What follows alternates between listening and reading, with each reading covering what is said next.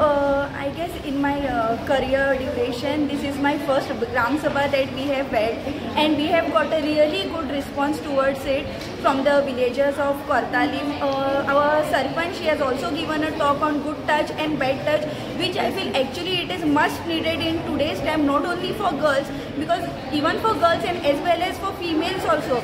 So we had some, females and male participants also. So they are also aware of certain things.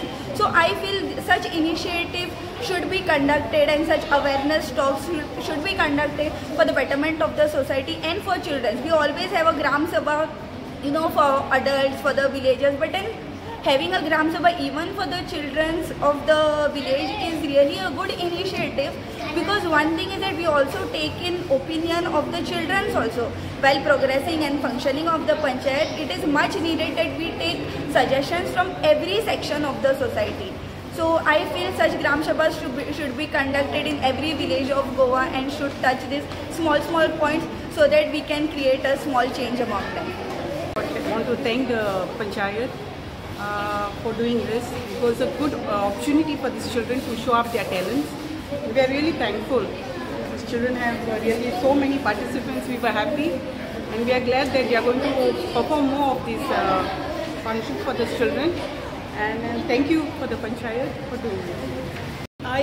For instance, Kushal for this, because our panchayat is celebrating Children's Day. Aami Burgyank on the mark of Children's Day drawing competition in different categories of standard. There was a good response of participation for the first time, and we are really happy, and we really congratulate the parents not only the prize winners but also those who have participated. Shabaski amcha parents I